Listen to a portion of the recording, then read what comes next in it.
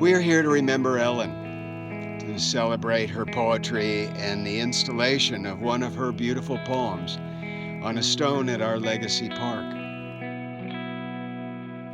The poem is about a bird losing a feather, and it's just so perfect for the setting.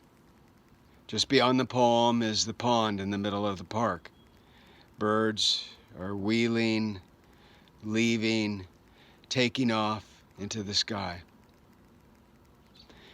We loved her, I loved her, because she reached for our best, made us dig deep. Ellen, the last of the fog, peaks in our windows, grinning, white bob of hair, pulls at our covers. A power line tease knows she must leave soon and heckles the ravens into a brilliant flutter of wings. Startled, we wander through rooms, hair uncombed, half-dressed, tangled.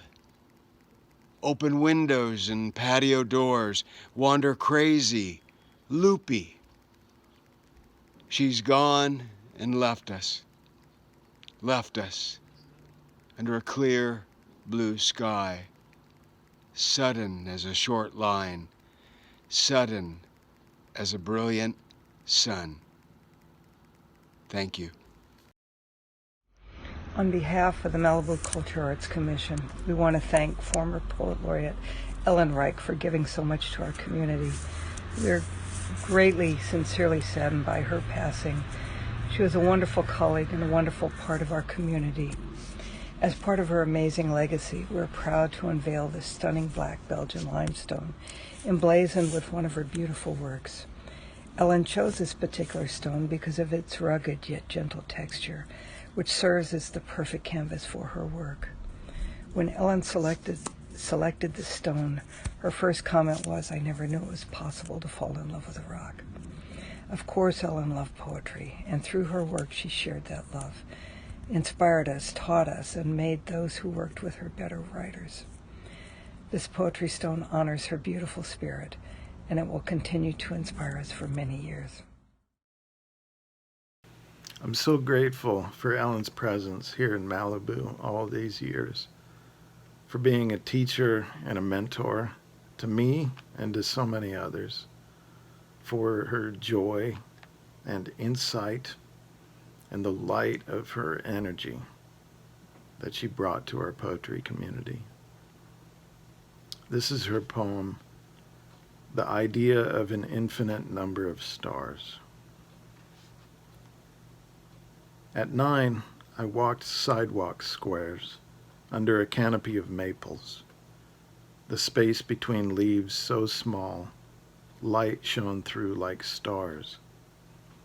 Improbable in a city called Newark.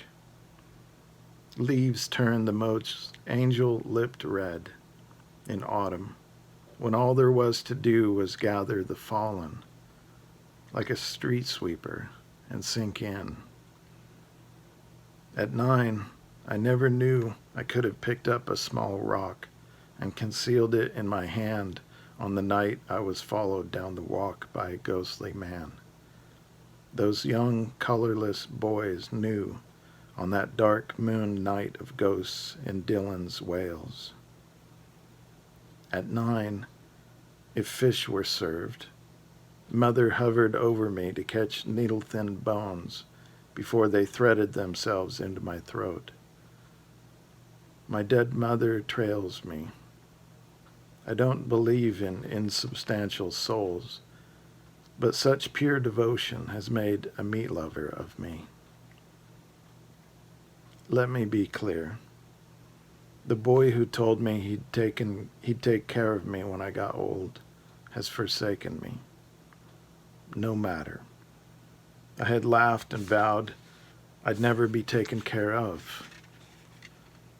Said I'd swim toward Catalina on a new moon night when stars hide. In that black, cold water, I imagine there is much that will matter.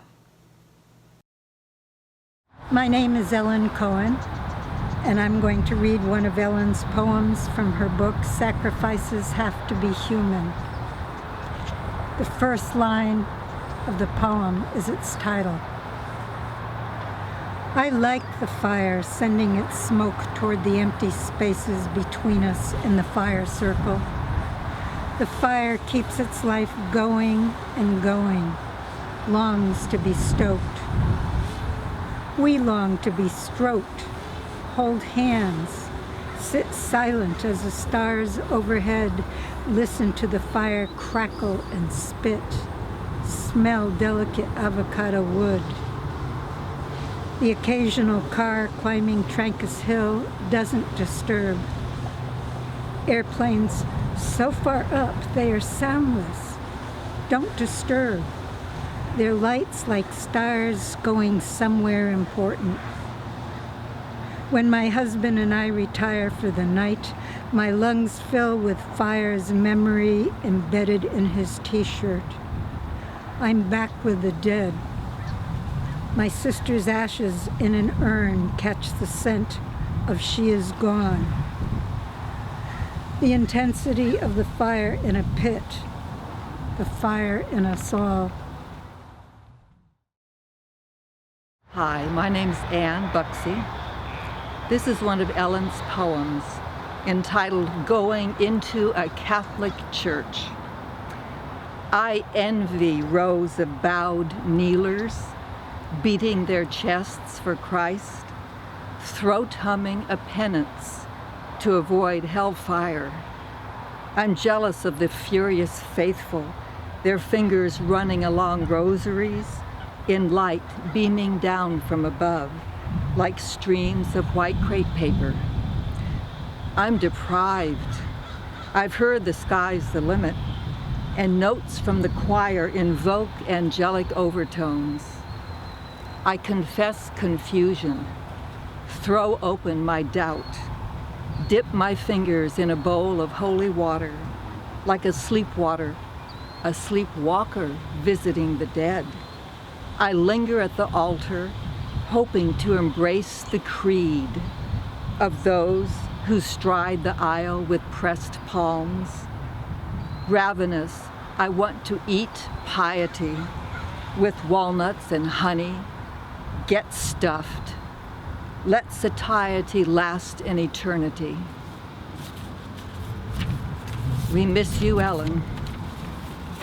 The Ellen I know did embrace the creed, not that she would admit it. Ellen was a lifelong teacher, first to children, then adults. She saw the harm that could come when a child was excluded, not loved. She determined to always find something good about everyone. It made her approachable, curious about all of us. She found a way to encourage each one of us. I know, Ellen, that the ravening love you never dared quite believe is filling you now. It will last an eternity. You are no longer jealous, deprived, or confused. You are stuffed. May we carry on, Ellen. May we be so embraced. Your devotion blesses us all.